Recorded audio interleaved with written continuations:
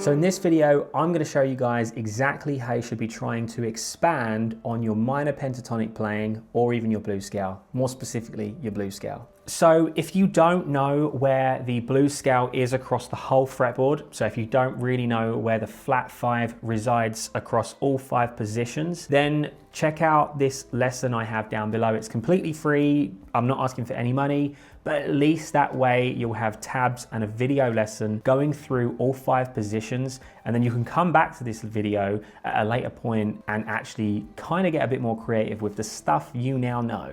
So if you've got all of that sort of stuff already under your fingers, we're good to go. Essentially, I want to talk about the flat 5. I want to talk about it in regards to how we usually practically use this. Now, don't worry, this lesson is actually very simple. I just want to go over a few things as to why I've got to the place I've got in my mind. So when we think about the blues scale on a practical level, we typically use it sort of like a passing note, right? So here's a minor pentatonic phrase. And if I play the equivalent of that phrase using the blues scale, a very common phrase would be this. Essentially sliding from the flat 5, which is on the 6th fret, down to the 5th fret, adds so much more color into what is kind of a boring lick.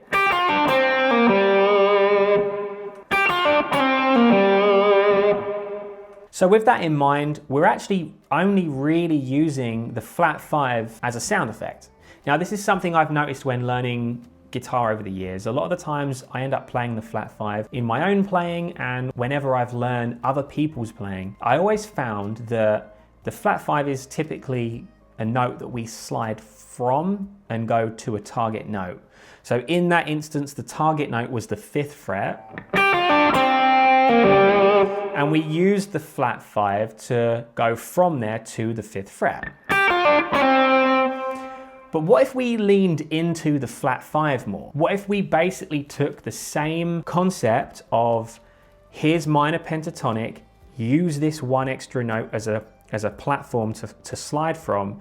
What if we took that same mindset and one-upped it and went, what about now if we just play the blues scale, but whenever we play that flat 5, on occasion, linger on it?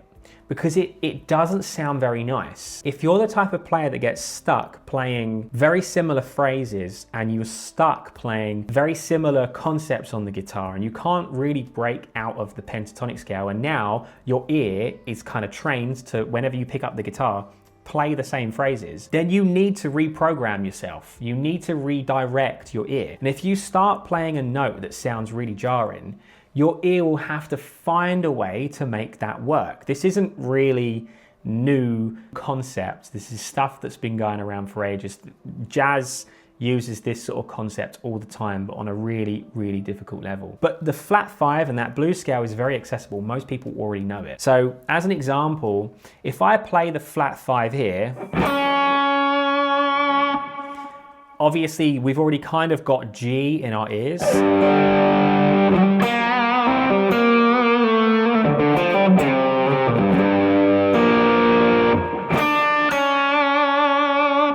Where could I go from there?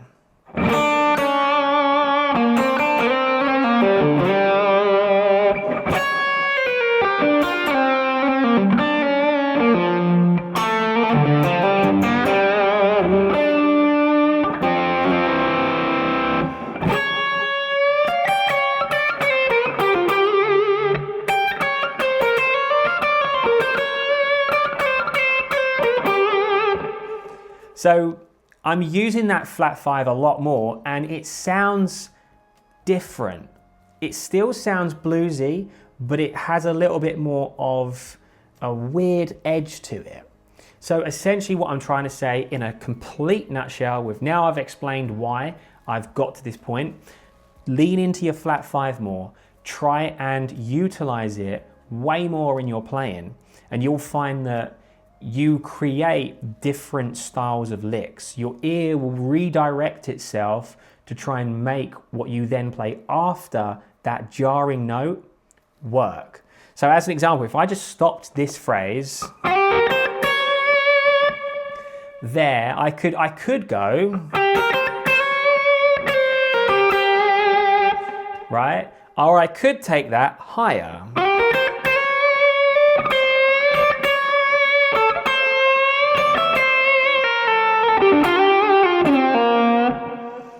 I've got different areas of the fretboard that I can explore, and using a note that kind of doesn't sound right to your ear makes you and forces you to redirect your approach.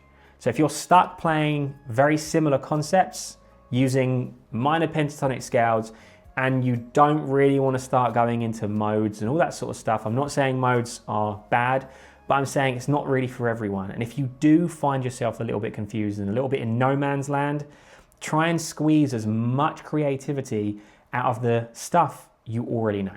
Anyway, if you found that lesson kind of helpful, hit a like, really helps my channel out. Catch you guys in the next one.